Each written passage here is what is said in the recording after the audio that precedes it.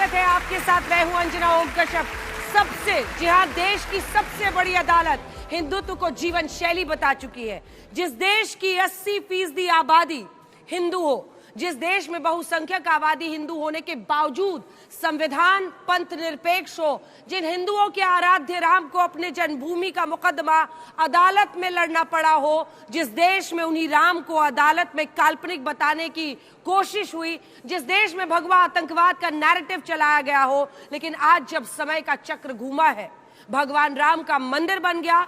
भगवा आतंकवाद के केस में एनआईए की कोर्ट से उसे एक तरह से खारिज कर दिया गया, क्योंकि जिन लोगों पर मालेगांव ब्लास्ट का आरोप था उन्हें बाइज्जत बरी कर दिया गया। देश के गृह मंत्री अमित शाह ने संसद में ऐलान करते हुए कहा कि कोई हिंदू कभी आतंकवादी हो ही नहीं सकता। तब क्या ये नई लकीर सिर्फ राजनीति का नैरेटिव है? क्या विचारधारा के आधार पर सही गलत का फैसला है? क्या वोट बैंक के आधार पर आतंकवाद का चेहरा ढूंढना भर है? इसीलिए आज बहसबाजीकर का मोशन है, क्या हिंदू आतंकवाद राजनीतिक साजिश थी? कांग्रेस पार्टी के 2 पूर्व गृह मंत्रियों ने, पी चिदंबरम और सुशील कुमार शिंदे ने सैफरन टेररिज्म, भगवा आतंकवाद का जिक्र किया था। क्या यह सिर्फ एक राजनीतिक साजिश थी? क्योंकि मालेगांव में हुए धमाकों के बाद जब हिंदुओं को आरोपी बनाया गया, उसके बाद ही यह शब्द कॉइन किया गया था कांग्रेस पार्टी के 2 नेताओं की तरफ से।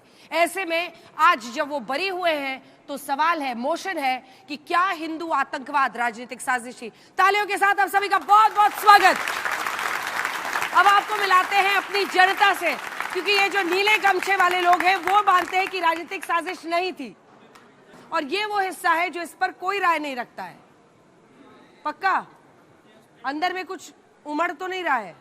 एकदम शांति प्रिय लोग हैं, सबको सुनेंगे फिर देखेंगे क्या करना है। आपके बगल में ये नीला गमछा भी है, लाल गमछा भी है। आप कोई भी गमछा बदल सकते हैं दिखाने के लिए कि आप कितने कन्विंस हुए हैं मोशन के पक्ष में या मोशन के खिलाफ में। आप लोग भी अगर हृदय परिवर्तन हो तो गमछा बदल सकते हैं, लेकिन आप भी बदल सकते हैं।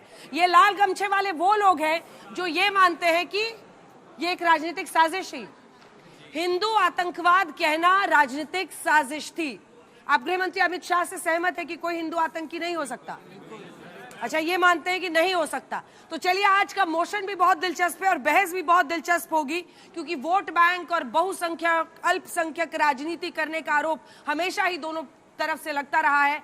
आज का विषय ही ऐसा है और इस पर चर्चा पूरे देश में हो रही है, और खास तौर पर लोग ये कहते हैं कि मोदी सरकार के आने के बाद, क्योंकि प्रधानमंत्री नरेंद्र मोदी से लेकर भारतीय जनता पार्टी क्या कहती है? वो कहती है अभी तक अल्पसंख्यकवाद इस देश में होता रहा, वोट बैंक की पॉलिटिक्स आई है, हम सबका साथ सबका विकास करते हैं। ऐसे में इस मोशन पर हमने सोचा कि 3 बेहद खास मेहमानों को बुलाया जाए। एक पुलिस वाला, एक वकील, एक जर्नलिस्ट। तालियों के साथ स्वागत कीजिए तीनों का। हमारे साथ जुड़ रहे हैं विष्णु शंकर जैन, जो कि एडवोकेट है सुप्रीम कोर्ट के, रंजन द्विवेदी जी, फॉर्मर डीजीपी उत्तर प्रदेश, और कमलेश किशोर जी, जो कि वरिष्ठ पत्रकार भी हैं और 3 ताल पॉडकास्ट में 3 ताऊ भी हैं।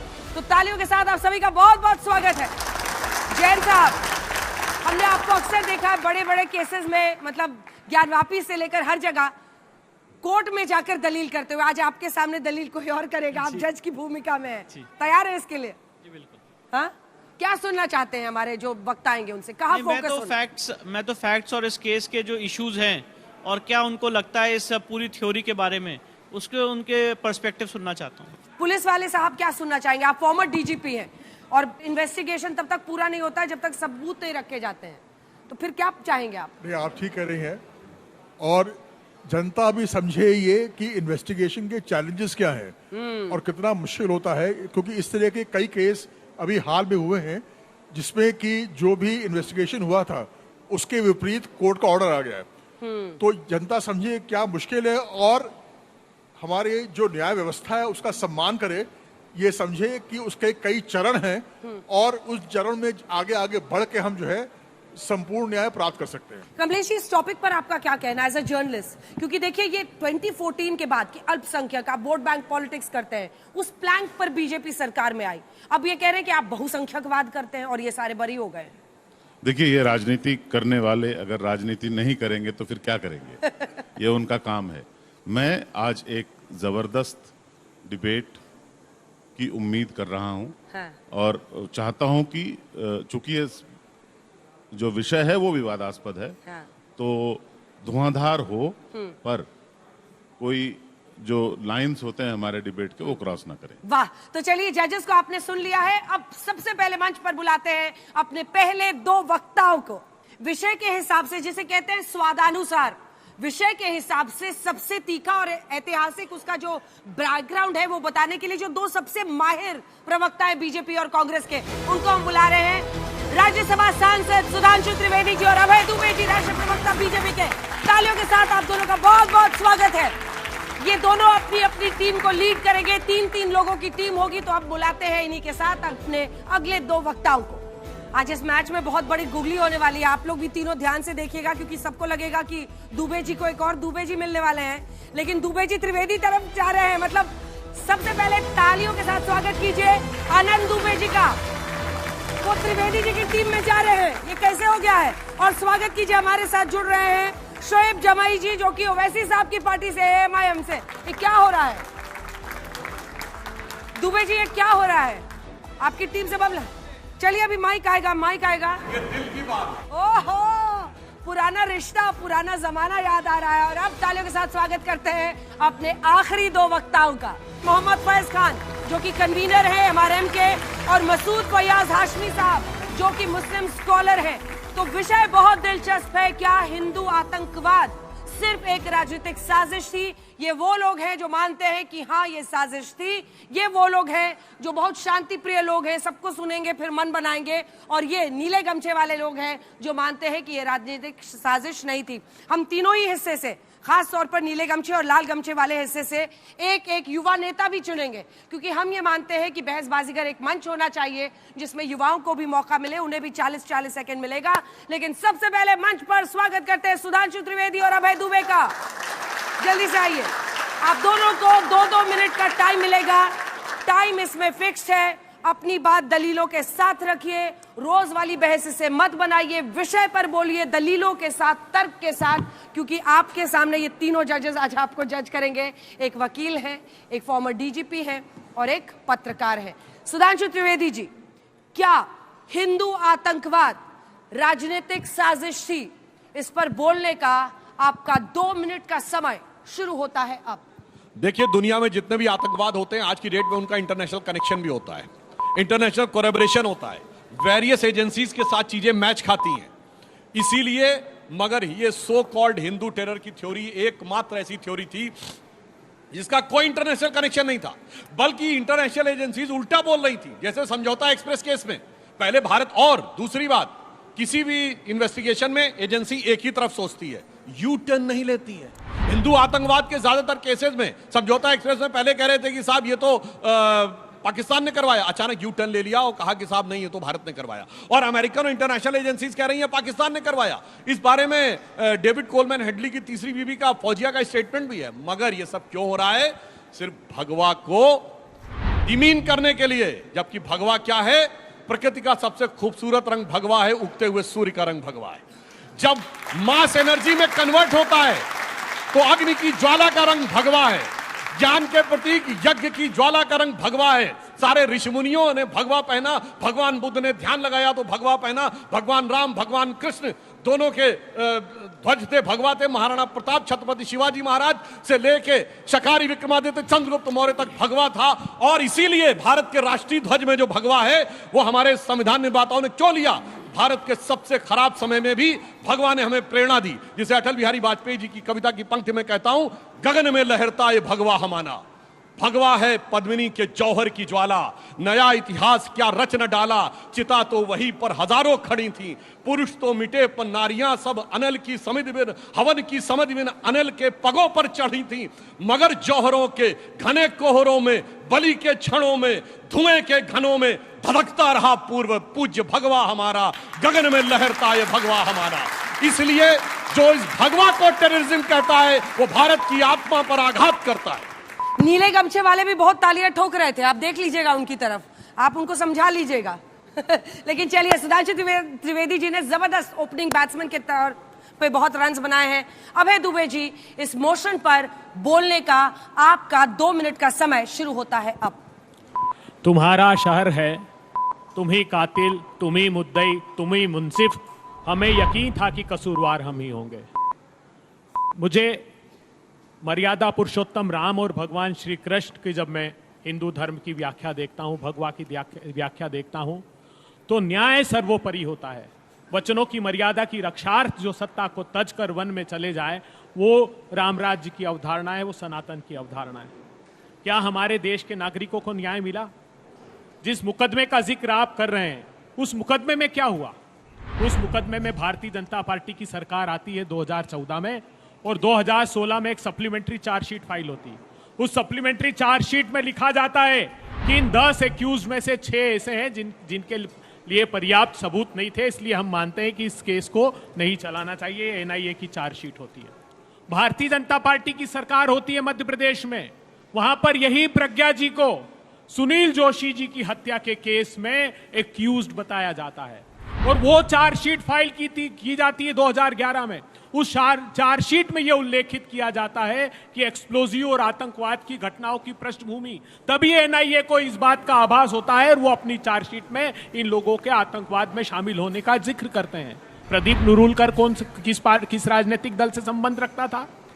मैं नहीं कहता, मैं मानता ही नहीं। हाँ, आतंकवाद का धर्म होता है, लेकिन एक ही धर्म होता है, मानवता की हत्या। मैं ये पूछना चाहता हूं, ध्रुव सक्सेना कौन से राजनीतिक दल का था? पाकिस्तान की जासूसी कर रहे थे, पूरा टेलीफोन एक्सचेंज स्टेब्लिश कर लिया भोपाल में, और हमने नहीं पकड़ा, भारतीय जनता पार्टी की सरकार ने पकड़ा। एटीएस ने चार्जशीट में नाम तक फाइल नहीं किया उन 11 लोगों के, क्योंकि उनका संबंध इनके राजनीतिक दल से था। प्रदीप नरुलकर, डीआरडीओ, अभी जिस ब्रह्मोस का इस्तेमाल हमने किया है, सारी इंफॉर्मेशन पाकिस्तान को व्हाट्सएप पर मुहैया कराई, हमने नहीं पकड़ा, इनके राजनीतिक दल ने पकड़ा। लेकिन ये हिंदू और धर्म की आड़ में छुपकर आतंकवाद का समर्थन करना बंद कर दीजिए। समय समाप्त हुआ। तालियों के साथ दोनों ही ओपनिंग बैट्समैन ने जबरदस्त अपने अपने बल्ले से रन बनाए हैं अपनी अपनी टीम के लिए। आप दोनों अपनी जगह पर जा सकते हैं। आप दोनों को एक बार फिर से यहाँ मौका मिलेगा रिबटल राउंड में। एक मिनट में जितनी बातें कही जा रही हैं आप उसको नोट कर सकते हैं। रिबटल राउंड में आप उनके जवाब दे सकते हैं। अभय दुबे जी आइए। अभय दुबे जी, माफ कीजिएगा, आनंद दुबे जी। आज दुबे जी ने दुबे जी को जो धोखा दिया है ना, मतलब इंडिया गठबंधन में साथी होते हुए दुबे जी ने एकदम दुबे जी को धोखा दे दिया। आइए शोएब जमाई जी। गठबंधन कमजोर कर दिया। चलिए, आपका 2 मिनट का समय आनंद दुबे जी शुरू होता है। आप जिसके दिल में प्रेम है, जो सम्मान का केंद्र बिंदु है, वो कोई और नहीं, भारत का सहिष्णु हिंदू है। हमें नहीं समझ में आता अंजना जी की भगवा आतंकवादी हो सकता है? भगवा और आतंकवाद ये एक साथ कोई कह सकता है? हमारे नेता हिंदू हृदय सम्राट आदरणीय बाला साहब ठाकरे जी ने हमेशा सिखाया कि भगवा हमारे देश की आन बान शान है, हमारे साधु संतों का भेष है, हमारे ऋषि मुनियों का एक प्रतीक है, हमारे राजा रामचंद्र, हमारे श्री कृष्ण भगवान, हमारे जितने भी सनातनी लोग हैं, हम तो यही कहते हैं ना कि वसुधैव कुटुंबकम। जो वसुधैव कुटुंबकम की बात करता हो, जो कहता हो कि हिंसा की कोई जगह हमारे धर्म में नहीं है, वो कभी आतंकवादी बन सकता है? और अगर दुर्भाग्य उस पर है कि राजनीति से प्रेरित होकर लोग अपने राजनीति को बचाने के लिए कहें कि हिंदू आतंकवादी है, ये भगवाधारी आतंकवादी है, तब हम कहां जाएं? किससे सवाल पूछें? ये सवाल मेरे देश की प्रतिष्ठा का भी है। अरे हम भारतीय लोग हैं। छत्रपति शिवाजी महाराज, छत्रपति संभाजी महाराज, महाराणा प्रताप, पृथ्वीराज चौहान, मैं कितने नाम गिनाऊं जिन्होंने भगवा, रानी लक्ष्मीबाई, कैसे भूल जाऊं? कैसे कहूं कि हमारे देश के जिन्होंने भगवा के लिए अपनी जान की बाजी लगा दी, वो कभी किसी का गला काट सकते हैं? वो किसी को मार सकते हैं? अरे मारे तो हम जाते हैं, हमारा धर्म पूछा जाता है, हमसे पूछा जाता है कि अगर हिंदू हो तो बताओ, और जब हम कहते हैं हम हिंदू हैं तो हमें गोली मार दी जाती है। पूरे दुनिया में एक भी उदाहरण अगर आप बता दें कि कहीं कोई हिंदू जाकर किसी को बोल रहा हो कि तुम्हारा धर्म बताओ, तुम अगर हिंदू नहीं हो तो हम तुम्हें मार देंगे, एक भी उदाहरण इस पूरे जगत में नहीं मिलेगा। यह प्रतीक है, यह उदाहरण है कि हिंदू केवल देता है, हिंदू प्यार करता है, हिंदू सम्मान करता है। और अगर कोई हिंदू को आतंकवादी कहे तो शर्म आनी चाहिए ऐसे राजनेताओं को। दुर्भाग्य है कि हम उनके साथ मंच साझा करते हैं, हम उनकी बात सुनते हैं। अरे इनका तो धिक्कार और विषय दोनों समाप्त हुआ। क्या रहे हैं आप दुबे जी के साथ? मैं आपको 10 सेकंड एक्स्ट्रा दे रही हूँ। दुबे जी के साथ क्यों किया आपने ऐसा? अंतरात्मा की आवाज। यहाँ बात दुबे जी का नहीं, वो दुबे हैं तो मैं भी दुबे हूँ। बात दुबे की नहीं है, बात मेरे देश की है, मेरे भगवा की है, मेरे उस नेता की है जिसने कहा कि बाबरी अगर मेरे शिव सैनिकों ने गिराई है तो इसका मुझे जीवन भर गर्व है। किसी ने पूछा आपका इसमें हाथ था, तो कहे हाथ नहीं, मेरा पैर था।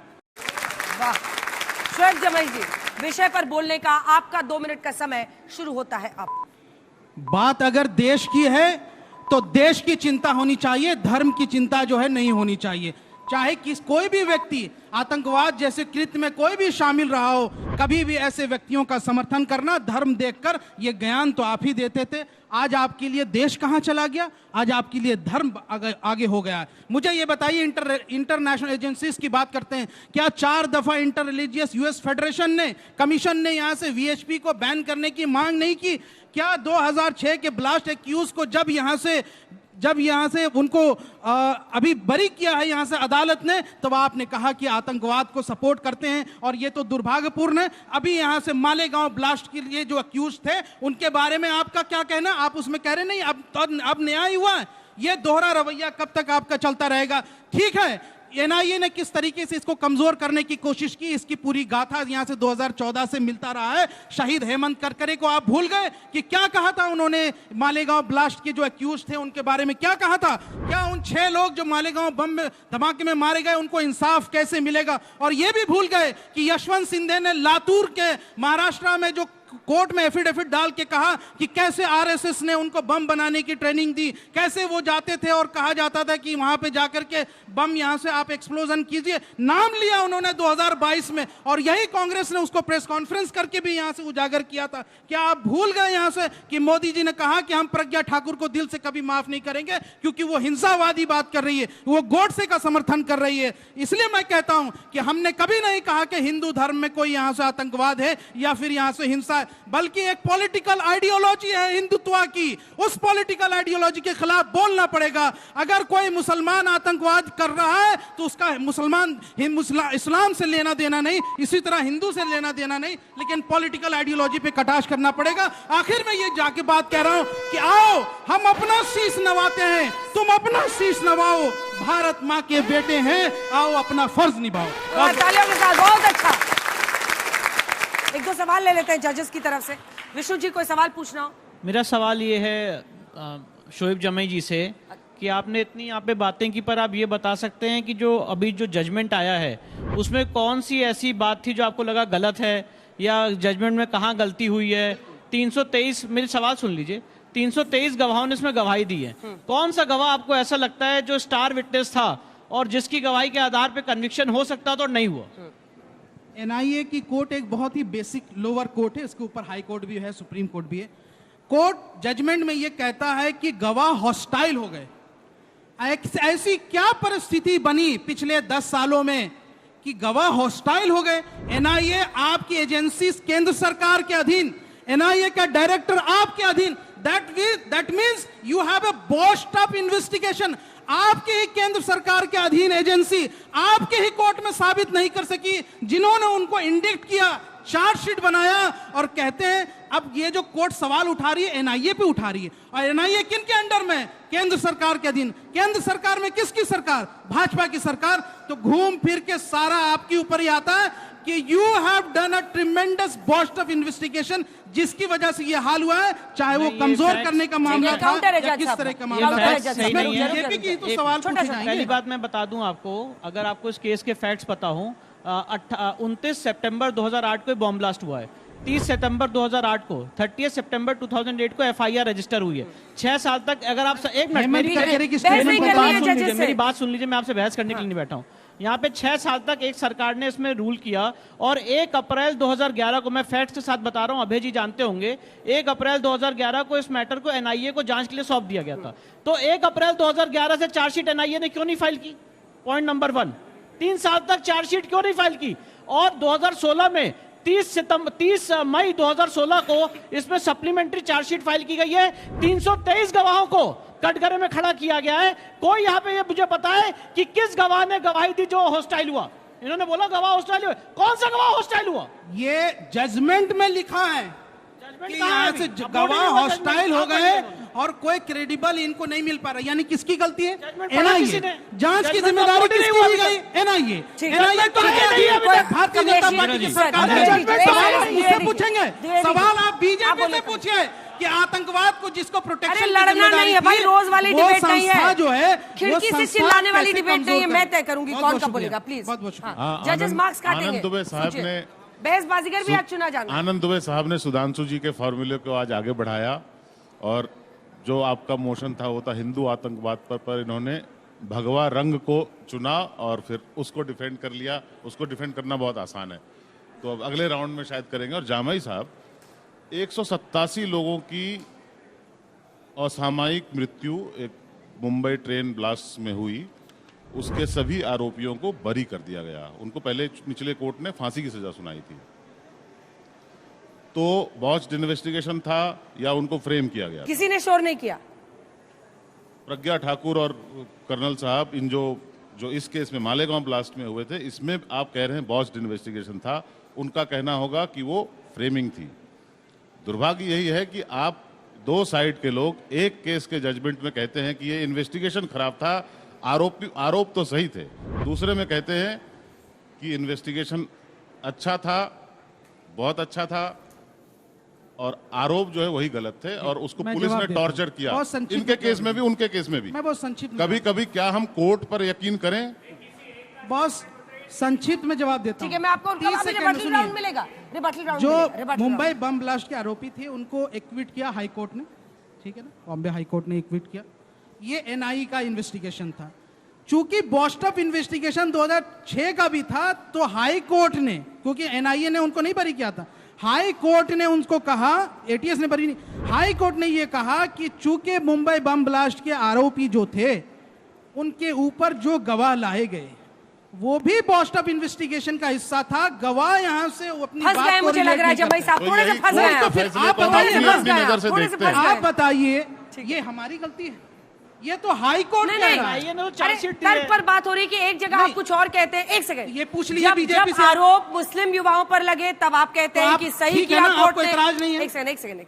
हिज क्वेश्चन इज कि दलील सेम होनी चाहिए ना, कि उनकी जिंदगी बर्बाद हुई। तो ऐसा ही तो साध्वी प्रज्ञा और कर्नल पुरोहित भी ना। कह रहे हैं कि 17 साल तक वो जेल में रहे, उसकी भरपाई कौन करेगा? एक बात और- बॉस्ट ऑफ दोनों था या नहीं था? 19 साल जेल में रहे हैं 2006 के, और अंजना यहाँ जी, पे तो अंजना जी, साध्वी एक प्रज्ञा चीज तो पूछना। यहाँ से संसद में एक गई, supplementary question। टिकट मिला द्विवेदी जी, उनको, द्विवेदी जी। बाहर रहे, जेल से द्विवेदी जी, बाहर इसके बाद आ रही रहे। है। ये है दोहरा रवैया, ये है दो तरह की व्यवस्था। दे दी।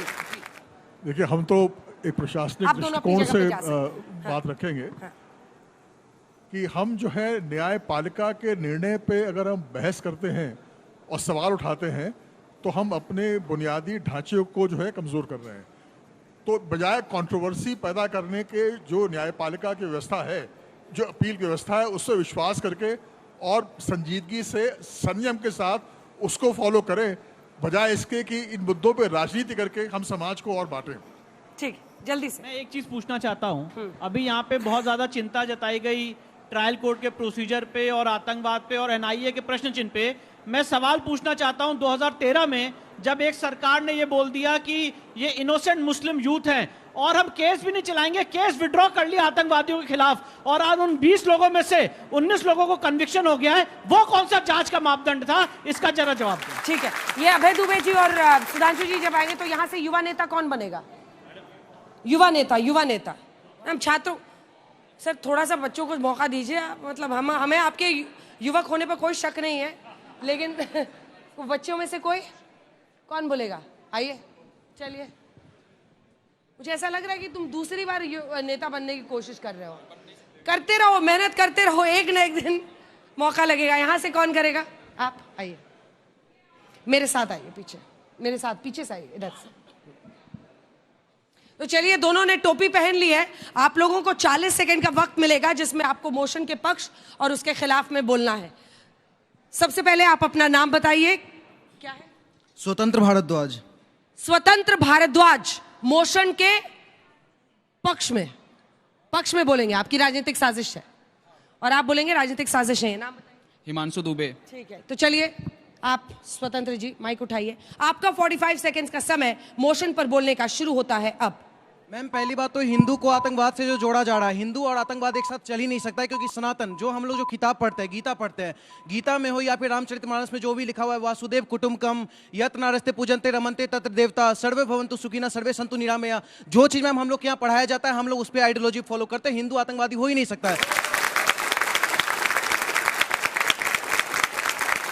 लेकिन और सबसे बड़ी बात, हिंदू का आतंकवादी बोल कौन रहा है? हिंदू, क्योंकि जो भी पैदा होते हैं सब तो पैदा हिंदू ही होते हैं। अब बाद में कोई कटिंग शेडिंग करके कुछ भी कर ले वो अलग बात है ना।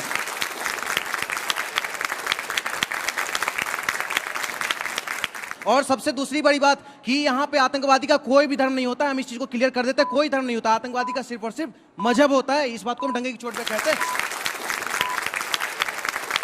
चलिए, आपका समय 45 सेकंड का शुरू होता है अब।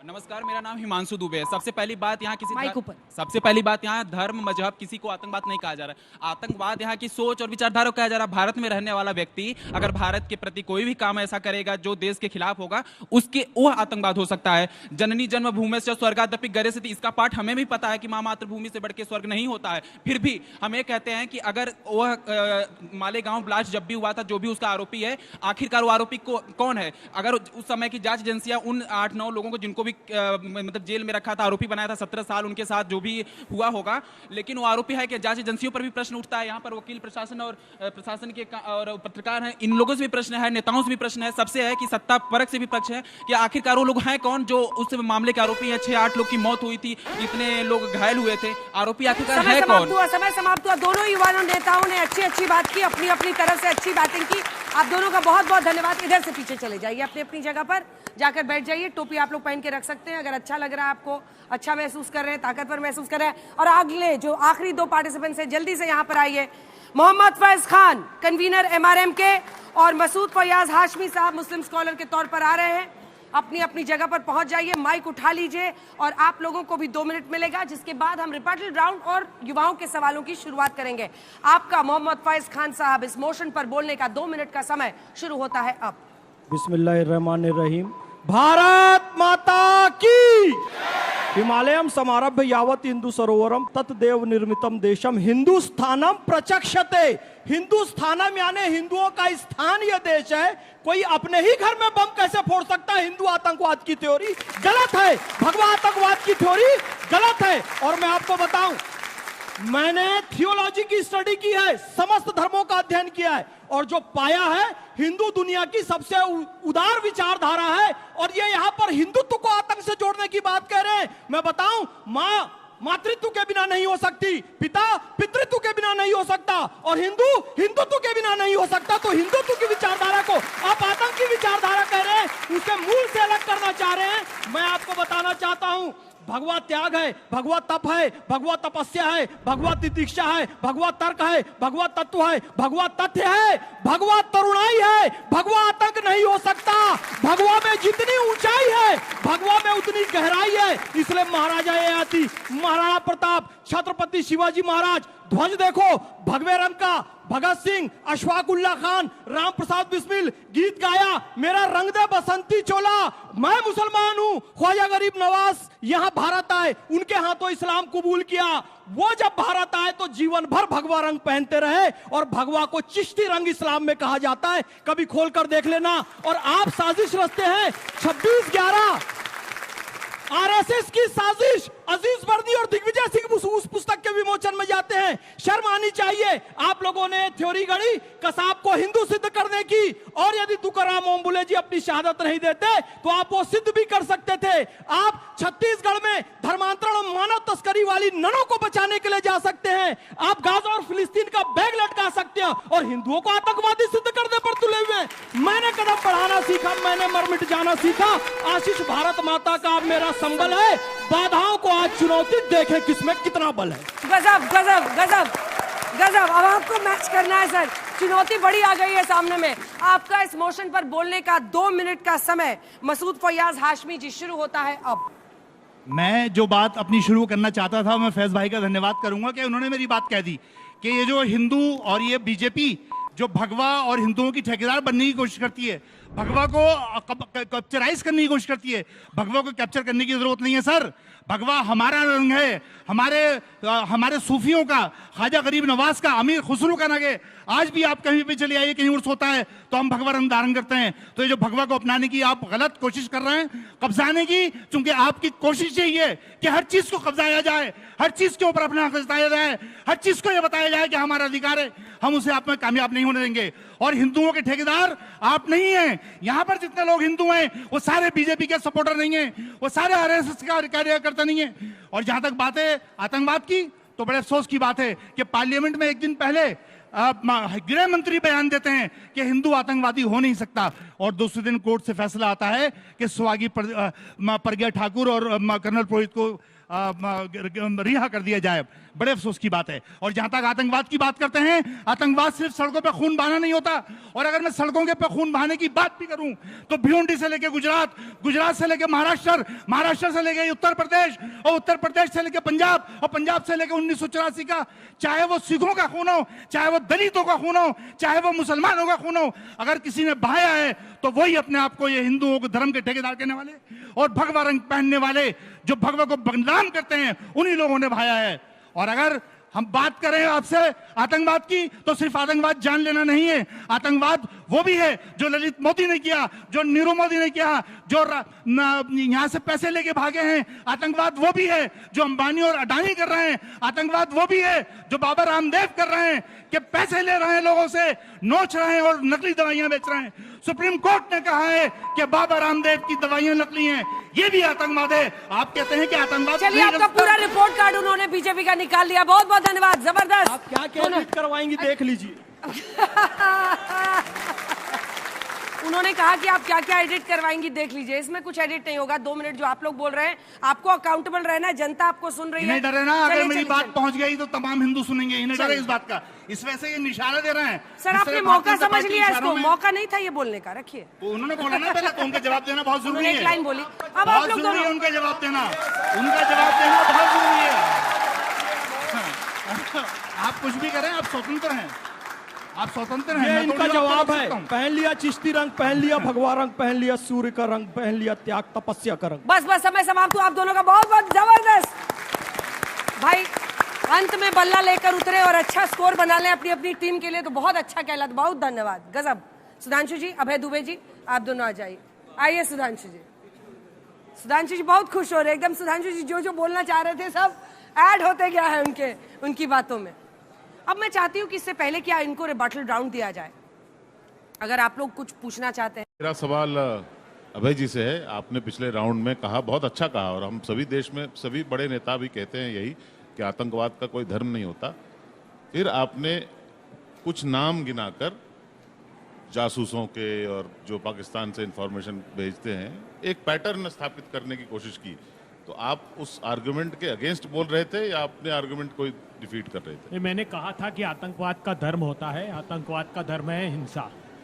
जिस हिंदुत्व की आप बात कर रहे थे, उस मेरे सनातन हिंदू धर्म में से अगर तत्व निकाल दोगे, उस तत्व क्या है? धार्यति इति धर्म। मैंने क्या धारण किया हुआ है? मैंने सत्य को, मैंने अहिंसा को, मैंने सदाशयता को, मैंने सहिष्णुता को, संयम को, सदाचार को, और क्षमा। सबसे बड़ा जो धर्म है मेरा वो है क्षमा। तो मैंने धर्म में से अगर वो तत्व निकाल करके भारतीय जनता पार्टी की सत्ता की भूख मिटाने का धर्म होगा, तो ये भारत को स्वीकार नहीं है। जितनी भी बातें विपक्षी टीम ने कही है, उस पर सुधांशु त्रिवेदी जी, आपका रिबटल राउंड में बोलने का 1 मिनट का समय शुरू होता है अब। देखिए, बहुत एक टेक्निकल बात समझिए। अगर कोई आतंकवादी है, वो बाहर से आरडीएक्स लाएगा, कहां से लाएगा? पाकिस्तान से लाएगा।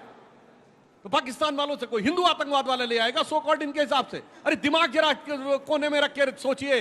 दूसरी बात मैं कहना चाहता हूं, इन्होंने कहा हथियार कहां से आए, कहा फौज से आए।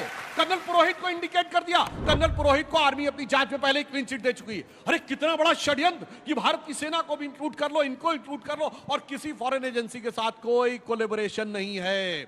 इसीलिए यह बात समझ में आती है कि यह पूरा का पूरा एक विशुद्ध षड्यंत्र था, और जिसे कांग्रेस के नेताओं ने, मैं उदाहरण देना चाहता हूं। जनवरी 2013 में सुशील कुमार शिंदे जी गृह मंत्री, वो जिनके वहां जाने पे, कश्मीर जाने में पैर के नीचे धरती फट जाती थी, उन्होंने ये कहा कि हिंदुओं के टेरर कैंप आरएसएस चला रहा है। जब नेता प्रतिपक्ष के रूप में सुषमा स्वराज जी ने सदन के पटल पे पूछा तो भारत सरकार का गृह मंत्री कहता मैंने ऐसे ही बोल दिया था, मैं अपना बयान वापस लेता हूं। भाई साहब कुछ तो शर्म करिए।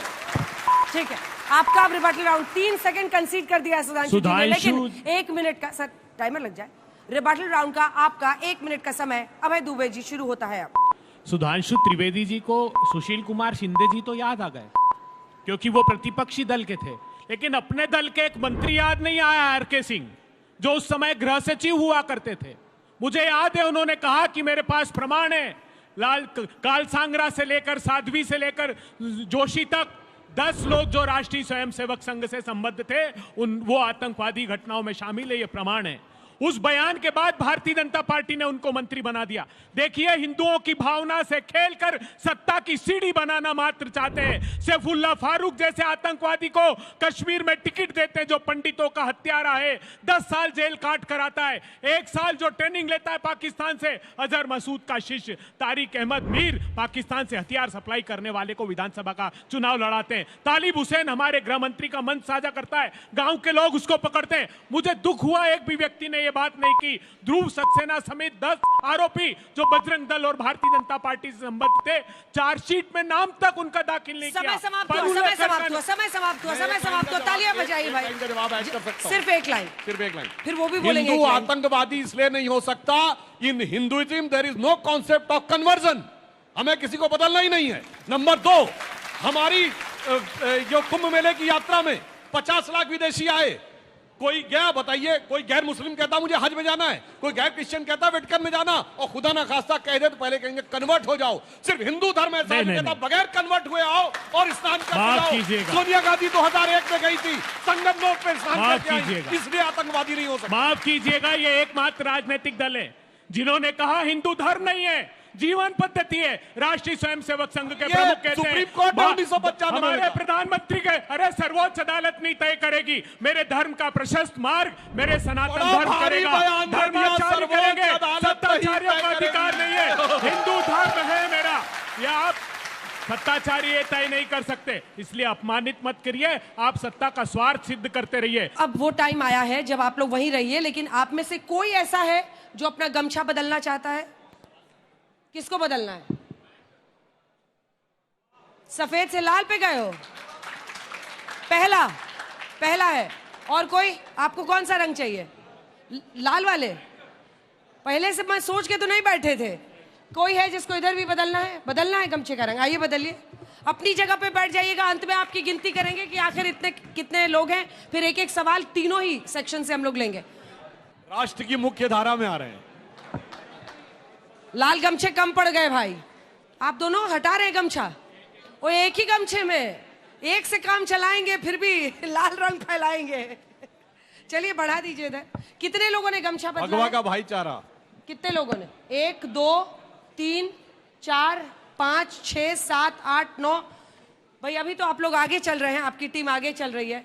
आपने सबसे बड़ी पोचिंग तो दुबे जी की कर ली है। आज दुबे जी ने बिल्कुल जो मूल अंतरात्मा की पूरा नाम बोलिए भाई, कंफ्यूजन होगा। बाला साहब ठाकरे, आनंद दुबे जी। आनंद दुबे जी को आनंद आया, परुलेकर का नाम नहीं लिया, ध्रुव सक्सेना का नाम लेने से बचते रहे, आर.के. सिंह का नाम नहीं लिया। वो चाहते हैं आप लोग लड़िए, क्यों लड़ रहे हैं? इस टॉपिक पे रहने दीजिए। हमको नहीं, हम सवाल लेते हैं तीनों से। इस हिस्से से किसको सवाल पूछना है? हम हिंदू मुस्लिम की राजनीति कब तक करते रहेंगे? चलिए जवाब दीजिए। बिल्कुल सही बात है। इस देश में हिंदू मुसलमान की राजनीति तो अब शुरू हुई, इससे पहले सिर्फ मुसलमान की राजनीति होती थी। किसी को हिंदू से कोई लेना ही देना नहीं था, उसको तो टके का 3 समझ रखा। ऐसे ही छोटे छोटे सवाल। सर ये पूछना है मुझे कि जो असली आतंकवादी है लश्कर तैयबा जैसे मोहब्बत, क्या उससे हम लोग छुपाने की साजिश कर रही हैं हिंदू को आतंकवादी बोलकर? इनको पकड़ना में असमर्थ है ये सरकार। जितने बड़े आतंकी हमले हुए हैं भारतीय जनता पार्टी की सत्ता की सरपरस्ती में ही हुए हैं, उस अकाउंटेबिलिटी से बचना चाहते हैं। जितने बड़े अच्छा ओहो कर रहे हो तो सिंहपुरा का आतंकी हमला कश्मीर में हुआ, गांव का गला काट दिया गया, भारतीय जनता पार्टी की सरकार थी। 3 बार अमरनाथ यात्रा पर हमला हुआ, दो बार अटल जी की सरकार थी, एक बार मोदी जी की सरकार थी। रघुनाथ मंदिर पर क्या कह रही है मैडम आप? भारतीय जनता पार्टी की सरकार थी। मैडम का पहलगाम रिबटल में है हुआ, भाई। पुलवामा में हुआ। अरे वो जितने लश्कर बड़े में पूछ रहा है आतंकी सर, हमले लश्कर हुए, जैश। सब। अब मैं ये पूछ रही हूँ कि जब आपकी सरकार थी सत्ता में तब क्या हुआ था? नहीं सुनिए, इनकी सरकार जब सत्ता में अब एक थी, सवाल इस वो हिस्से से, जानते क्या जल्दी हुआ? से। अंजना जी, फिर अंजना वोटिंग जी, का टाइम अंजना जी, है। एक लाइन। इनकी सरकार सत्ता में थी तो दिल्ली में धमाके, मुंबई, जयपुर, अरे नागपुर, पार्लियामेंट पे हुए, अक्षरधाम पे हुए, सब जगह चलती ट्रेन में अक्षरधाम धमाके, पे हुए, चलती बस में पार्लियामेंट धमाके। पे हुए, और रघुनाथ हमारी मंदिर सरकार पर में हुए। गृह एक के मंत्री बाद अमित एक। शाह जी ने बोला और कि वही पुलवामा दिखा के जो रहे लोग मारे आतंकवाद गए, का भूत, जिन्होंने छोड़ा अजहर मसूद, अजहर मसूद को छोड़कर आए। सुनिए, गृह मंत्री जी ने क्या शब्द बोला? गृह वाली मंत्री जी डिबेट ने बन कहा जाएगी। कि इनकाउंटर में जब वो मारे गए, बहुत से लोगों ने मुझे देश से लिखकर कहा था कि जब भी उन इनकाउंटर में मारे जाएं तो सर पर ही गोली पड़नी चाहिए। और गृह मंत्री अमित शाह जी ने कहा तीनों के सर पर ही गोली पड़ी जो है, क्योंकि सर पे गोली मारी गई थी। और ये लोग सर मुंह से बात देते करेंगे? थे आगे आके, हुजूर आलम है आप साहब, आइए हुजूर प्रधानमंत्री आला, कार्यालय में यासीन मलिक आकर तालिब बात करिए, हुसैन, जो तारिक अहमद मीर, हो, बस फारूक, बस बस ताली बजा दीजिए एक बार, सब चुप हो बांग्लादेशी। जाएंगे। चलिए सुधांशु जी, सुधांशु जी आपसे सवाल। मेरा सवाल आपसे है, जितने लोग भी बरी हुए हैं, अगर ये लोग निर्दोष हैं तो आखिर इसका गुनहगार कौन है? 2015 में जो इसकी सरकारी वकील थी रोहिणी सालियन, उन्होंने एक इंटरव्यू में अपने कहा था कि सरकार एनआईए के द्वारा दबाव बना रही है कि इस केस को थोड़ा हल्का लिया जाए। और रोहिणी सालियान, सुनिए सर, ना उस समय नेहरू जी की सरकार थी ना इंदिरा जी की सरकार थी, आपकी सरकार थी केंद्र में भी और महाराष्ट्र में। जवाब दीजिए। अब दो बातें बताता हूँ। रोहिणी सालियान बहुत गजब की वकील थी। जैसे असीमानंद के केस में असीमानंद का कन्फेशन आया, उन्होंने ऑन रिकॉर्ड बयान दिया कि जब असीमानंद ने एक्सेप्ट कर लिया तो सारे मुस्लिम आरोपियों को मुक्त कर दिया जाए। एक सॉलिसिटर जनरल के लिए कैसे हिंदू मुस्लिम हो सकता है? हर केस एक स्पेसिफिक केस है। रोहिणी सालियान का ऑन रिकॉर्ड दिया गया बयान है कि मुस्लिम इनोसेंट मुस्लिम को फंसाया जा रहा है। दूसरी बात, सुनिए, जो पब्लिक प्रोसिक्यूटर है, सरकार हटते इस्तीफा दे देना चाहिए। वो उस सरकार के अपॉइंटी होते हैं, उसके बावजूद इस्तीफा काहे नहीं दिया? राजनीति करने के लिए। चलिए इसी के साथ तालियां बजा दीजिए, दोनों अपनी अपनी जगह पर जाएंगे क्योंकि अब आपकी बारी आने वाली है। उससे पहले जल्दी से छोटे छोटे रिमार्क के लिए आदन दुबे जी और शोएब जमई जी को बुला लेते हैं। सर छोटा कमेंट, सिर्फ दो लाइन का कमेंट मैं बीच में टोक दूंगी। जल्दी से दुबे जी, जल्दी। हाँ बोलिए शुरू कीजिए। आनंद देखिए, अभी किसी ने नाथूराम गोडसे को बताया कि वो भी हिंदू थे। हमारे देश में नाथूराम गोडसे हिंदू का प्रतीक नहीं। अगर हमारे देश में कोई हिंदू का प्रतीक है तो स्वामी विवेकानंद जी हैं। तो हम स्वामी विवेकानंद जी के देश के हैं, जिन्होंने पूरी दुनिया को हिंदू कैसे है, हिंदू क्या सिखाता है, हिंदू क्या दर्शाता है, ये सिखाने का काम किया। वो आपको दिखाई नहीं देता। एक मिनट। दूसरी चीज, अभी बहुत सारे लोग कह रहे थे कि ये हुआ, उनका नाम ले लो। अरे भाई, हम राजनीतिक सामाजिक संगठन है, सरकार को घेरना हो, महंगाई है, बेरोजगारी है, किसानों की आय दुगनी है। एक मिनट, किसानों की आय दुगनी, बहुत सारे मुद्दे हैं, लेकिन 100 करोड़ से ज्यादा हिंदुओं के हिंदुस्तान में क्या हिंदुओं को घेरना जरूरी है? जल्दी जरूरी है? सिर्फ 2 लाइन। देखिए, जब पहलगाम में यहां से आतंकियों ने हमला किया तो पूरे देश ने और मुसलमानों ने भी एक सुर में यहां से इसकी मजम्मत की। जब कसाब को वहां पे मुसलमानों ने कहा इसको जमीन तक दफन होने के लिए मुंबई में कब्रिस्तान में नहीं देंगे, आज भारतीय जनता पार्टी के लीडर खुलेआम उनको बचाव कर रहे हैं, जिसके बारे में शहीद हेमंत करकरे ने आतंकवाद का शब्द कहा और कहा कि ये उसमें इन्वॉल्व थे। आज आपके लिए यहां से धर्म बड़ा हो गया और देश छोटा हो गया। देश और धर्म पे बार बार मुसलमानों को सवाल पूछने वाले लोग इस बात का जवाब दें कि देश बड़ा या धर्म। अरे कोर्ट ने बड़ी किया, तो बताइए। ठीक है, अब अपनी अपनी जगह पर जाइए। मैं तो कह रही हूँ जजेस से मेरा सबमिशन है, एक भाई कि अब एक ओवैसी कोर्ट ऑफ इंडिया कर देना चाहिए। नहीं, क्योंकि हर कोर्ट पर उस फैसले पर किसका है? एक बात बताइए, प्रोसिक्यूशन कौन था इस केस में? एनआईए। ठीक है, एनआईए केंद्र सरकार के अधीन। अगर एनआईए वहां केस हार गई है कोर्ट में तो ये मोबाइल उठाइए, अपना वोटिंग के लिए तैयार हो जाइए। क्यूआर कोड जल्दी से स्कैन कीजिए क्योंकि अब वोटिंग की घड़ी आ गई है। चुप हो जाइए, मार्क्स कट रहे हैं, मार्क्स कट रहे हैं, मार्क्स कट रहे हैं। गुरुदेव, मार्क्स कट रहे हैं, मार्क्स कट रहे हैं, मार्क्स कट रहे हैं। चलिए अपने अपने जगह। अरे भाई साहब, बस बस बस। ओह वाह वाह वाह। चलिए, नाखून कटा के शहीद बनना इसी को कहते हैं। चलिए बैठिए अपने अपने जगह पर, जल्दी से क्यूआर कोड स्कैन कीजिए और आपके सामने अब सवाल आने वाला है। सवाल को ध्यान से सुनिए। क्या हिंदू आतंकवाद राजनीतिक साजिश थी? जो सुधांशु जी कह रहे हैं हाँ थी, तो जो लोग ये मानते हैं कि हाँ ये कॉन्स्पिरेसी थी हिंदुओं को बदनाम करने की, वो हाँ पर वोट डालेंगे। जो ये मानते हैं कि नहीं ये राजनीतिक साजिश नहीं थी, धर्म से नहीं देखना है, वो नहीं पर वोट करेंगे। और जो कह नहीं सकते वाले हैं, अगर वो डटे हुए अपनी जगह पर, तो वो करेंगे। क्या हिंदू आतंकवाद राजनीतिक साजिश थी? आपका वोट करने का 60 सेकंड का समय शुरू होता है अब।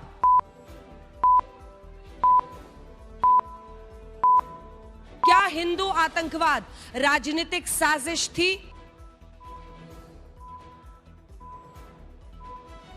आपको बता दें 24-21 नहीं, इधर एक तरफा अभी तक जो डिसीजन है, ये कह नहीं सकते वालों पर तो मुझे शुरू से शक रहता है। ये पहनते हैं सफेद गमछा लेकिन कह नहीं सकते का वोट इतना कम आता है, 4% सिर्फ। 75% पर सबसे ज्यादा अभी वो लोग हैं जो ये मानते हैं कि ये राजनीतिक साजिश थी।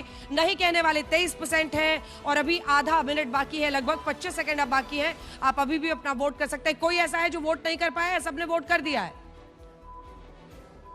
66%, 65%, 28 से के मामला अब इधर उधर हो रहा है। 67% लोग कह रहे हैं हाँ राजनीतिक साजिश थी, 27% कह रहे हैं राजनीतिक साजिश नहीं थी।